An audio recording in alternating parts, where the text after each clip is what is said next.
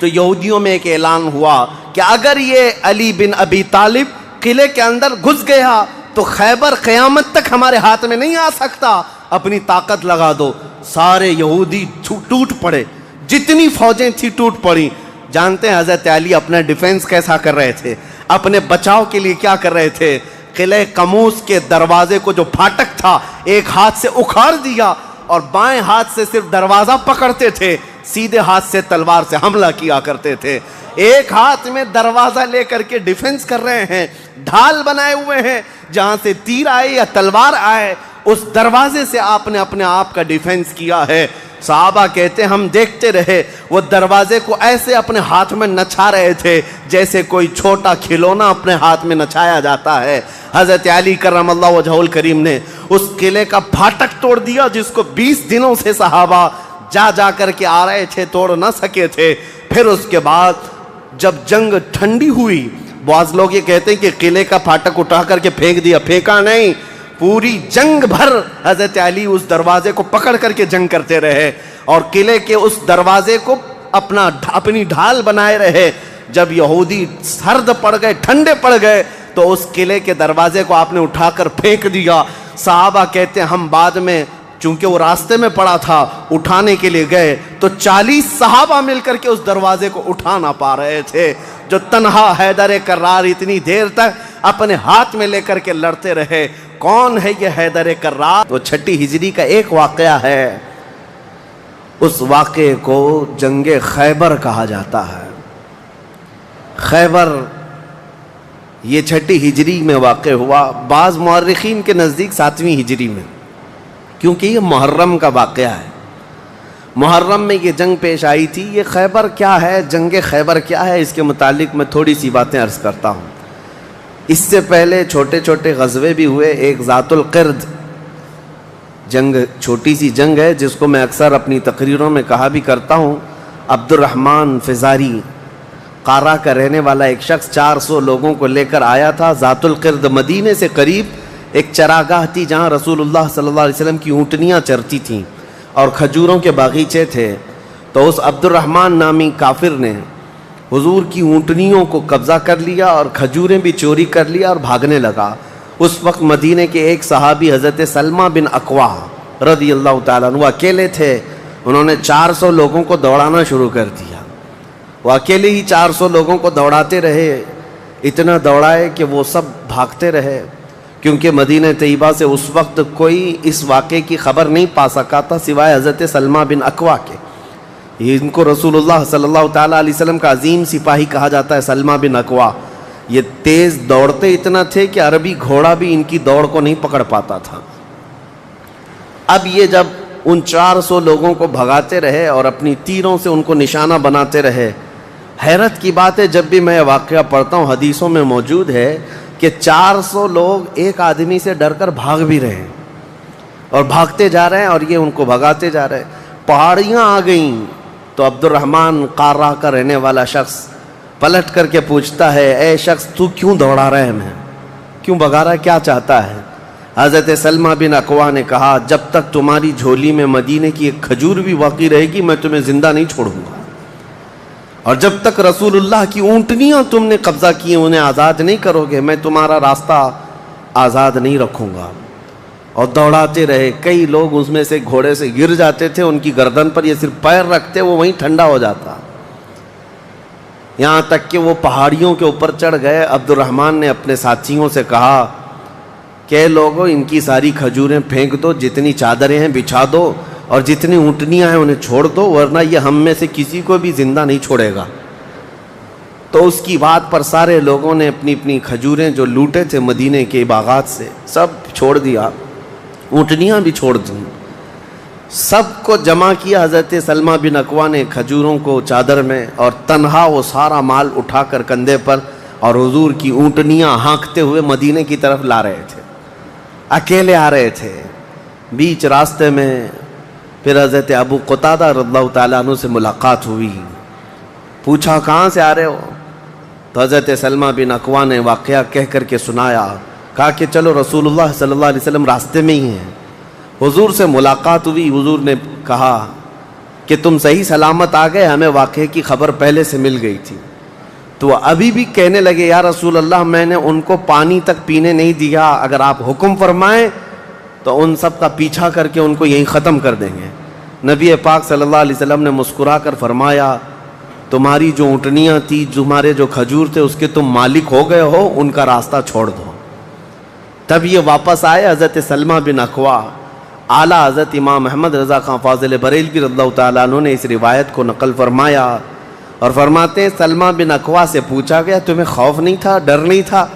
400 لوگوں کو اکیلے دوڑاتے چلے گئے, مدینے سے باہر بھی چلے گئے. تو جانتے ہیں کون سی طاقت تھی ان کے پاس, سلمہ بن اکوع کے پاس, جو ان کو خوف سے آزاد کر رکھی تھی. فرماتے ہیں ایک بار رسول اللہ صلی اللہ علیہ وسلم صحابہ سے بیعت لے رہے تھے, ہاتھ میں ہاتھ لے کر بیعت کر رہے تھے. تو سب حضور کے پاس ہاتھ دے رہے تھے, بیعت کر رہے تھے. حضور نے مجھ سے کہا سلمہ بن اکوع آ جاؤ, تم بیعت کر لو میرے ہاتھ پر. میں نے عرض کیا یا رسول اللہ پہلے ہی میں بیعت کر چکا ہوں. ایک بار وہ بیعت کر چکے تھے. حضور نے فرمایا دوبارہ کر لو, اس میں کیا حرج ہے؟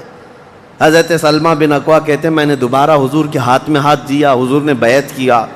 تھوڑی دیر گزری تھی کہ صحابہ بیعت کر رہے تھے. حضور نے پھر پکارا سلمہ بن اکوع بیعت کیوں نہیں کر لیتے؟ کہا یا رسول اللہ میں نے 2 بار بیعت کی ہے. حضور نے فرمایا تیسری بار کر لو, کیا حرج ہے؟ وہ حضرت سلمہ بن اکوع کہتے ہیں میں نے اپنا ہاتھ رسول اللہ کے ہاتھ میں تیسری بار دیا اور بیعت کیا. اور اس کے بعد جب نکلا حضرت سلمہ بن اکوع کہتے ہیں مجھے اس ہاتھ پر اتنا بھروسہ تھا کہ دنیا کی ہر طاقت کو دھول چٹا سکتا تھا, کہ رسول اللہ کے ہاتھ میں دیا ہوا ہاتھ ہے. ان کے پاس جو بے خوف ہونے کے لیے کوئی دولت تھی نا, بے باک, ان صحابہ کو اگر کوئی چیز بناتی تھی تو یہی چیز ہے عشق مصطفیٰ, محبت مصطفیٰ, جس کو بریلی کے امام نے فرمایا ہے خوف نہ رکھ رضا ذرا, تو ہے عبد مصطفیٰ, تیرے لیے امان ہے, تیرے لیے امان ہے. کسی شاعر نے کہا تھا کہ دیوان گانے عشق محمد کو دیکھ کر گھبرا گئی ہے گردش دوراں کبھی کبھی. حضور کے عاشقوں کو دیکھ کر کے دنیا کی طاقتیں بھی گھبرا جاتی تھیں کہ ان کے پاس ہے کون سی طاقت. تو یہ جو چھوٹی سی جنگ واقع ہوئی اس کو ذات القرد کہتے ہیں. اس کے 3 دن کے بعد ہی خیبر کی جنگ شروع ہو گئی تھی. اب خیبر پر ہم آتے ہیں. خیبر کیا ہے؟ تقریباً مدینہ طیبہ سے 320 کلومیٹر دور یا 300 کلومیٹر کے قریب ایک بستی ہے جس کو خیبر کہتے ہیں. خیبر یہودیوں کا گڑھ ہے, یہودیوں کا مرکز. اور اس وقت سے لے کر کے حضور صلی اللہ تعالیٰ علیہ وسلم کی مدینہ طیبہ آمد سے بھی کافی پہلے سے خیبر میں یہودیوں نے ایسا اپنا وہ جمایا ہوا تھا کہ پورے عرب کے سب سے بڑے مالدار یہودی خیبر میں رہتے تھے, اور جنگی طاقت بھی سب سے زیادہ ان کے پاس تھی, اور غرور اور گھمنڈ اتنا تھا, پیسوں پر بھی اور جنگ پر بھی, طاقت پر بھی, کہ وہ کسی کو بھی ڈرا دیتے تھے. اور جب سے نبی پاک صلی اللہ علیہ وسلم مدینہ طیبہ آئے ان کی دشمنی اتنی بڑھ گئی تھی کہ آپ کو معلوم ہونا چاہیے کہ جو جنگ خندق ہوئی تھی اس کا واقعہ بھی میں نے تفصیل سے بتا دیا. مدینہ طیبہ جنگ خندق جس وجہ سے ہوئی اس کا سبب یہودی تھے. یہودیوں نے مکہ کے کافروں کو, مشرکوں کو, نجد کے کافروں کو, سب کو جمع کیا تھا اور پانی کی طرح پیسہ بہایا تھا. جنگ میں 12,000 لوگوں کو رسول اللہ کے خلاف اکٹھا کیا تھا یہودیوں نے. یہ خیبر کے یہودی تھے, کیونکہ نبی پاک صلی اللہ تعالیٰ علیہ وسلم جب تشریف لائے تھے 2 قبیلے یہودیوں کے مدینے میں آباد تھے, بنو نذیر اور بنو قریظہ. آپ کو میں نے سیرت کے بیان میں یہ بھی بتا دیا تھا. اور یہ دونوں قبیلوں نے حضور صلی اللہ علیہ وسلم کے ساتھ غداری کی تھی, وعدہ خلافی کیا, معاہدہ جو تھا اس کو توڑ دیا. اس کی وجہ سے ان یہودیوں کو جو مدینے میں رہتے تھے جلا وطن کر دیا گیا تھا, نکال کر باہر کر دیا گیا. تو جتنے مدینے سے نکالے ہوئے یہودی تھے وہ سب خیبر میں جا کر جمع ہو گئے تھے. خیبر میں جا کر کے ان لوگوں نے اڈا بنا لیا تھا, اور ڈیلی ان کی صرف اور صرف یہی منصوبہ بندی ہوتی تھی کہ محمد صلی اللہ علیہ وسلم اور ان کے ساتھیوں کو کیسے مارا جائے, کیسے قتل کیا جائے. کوئی بھی دور دراز سے اگر چھوٹی سی دشمنی رکھتا تھا رسول اللہ سے تو یہ یہودی خیبر کے پورا کا پورا مال ان کے پاس بھیجتے اور ان کو کھڑا کرتے کہ تم جاؤ, ہم سپورٹ میں ہیں, ہم سپورٹ کریں گے. ساری جنگوں میں مشرکوں کا سپورٹ کرتے تھے. اب میں آپ کو بتاؤں جن کے دلوں میں اتنا زہر بھرا ہوا تھا رسول اللہ صلی اللہ علیہ وسلم کی دشمنی کا، اب ان لوگوں نے دیکھا کہ یہ اب ان کی طاقت بڑھتی جا رہی ہے، اور بادشاہوں کو تک ان لوگوں نے اسلام پیش کر دیا، اور اسلام اب مکہ مدینے کا نہیں رہ گیا، اب تو ایران بھی چلا گیا ہے، مصر بھی چلا گیا ہے، حبشہ بھی چلا گیا ہے، یمن بھی چلا گیا ہے۔ تو ان کے پیٹ کا درد اور بڑھ گیا۔ ان لوگوں نے پھر اب فیصلہ کرنا شروع کیا کہ اب سارے لوگوں کو جمع کرتے ہیں۔ ایک قبیلہ تھا بنو غطفان، یہ مشرکوں کا قبیلہ تھا، اور وہ جنگی طاقت بہت زیادہ رکھتے تھے۔ اس وقت عرب میں وہ نڈر مانے جاتے تھے۔ یہودیوں نے ان کو بلا کر کے جنگ کا پلان کیا کہ مدینے پر اچانک چڑھائی کریں گے اور تہس نہس کر کے رکھ دیں گے، کسی کو خبر بھی نہ ہو، پورے مدینے کی اینٹ سے اینٹ بجا دیں گے۔ انہوں نے پلان کیا راتوں رات، لیکن مخبر صادق رسول اللہ صلی اللہ تعالیٰ علیہ وسلم کا حال یہ ہے، اور کوئی غیب کیا تم سے نہاں ہو بھلا۔ نبی پاک صلی اللہ تعالیٰ علیہ وسلم کو خبر ہوئی کہ یہودیوں نے میٹنگ کی ہے اور راتوں رات مدینے پر چڑھائی کرنے والے ہیں۔ دوسرے دن حضور پاک صلی اللہ تعالیٰ علیہ وسلم نے صحابہ کو جمع کیا، تو جتنے صحابہ تھے سب جمع ہو گئے، تقریباً 1600 صحابہ تھے۔ کتنے؟ 1600 صحابہ۔ 1600 صحابہ مدینہ طیبہ سے نکل پڑے حضور کے ساتھ کہ ان یہودیوں کو خیبر سے نکلنے سے پہلے ان کا راستہ ہم روکیں گے کہ مدینے پر کوئی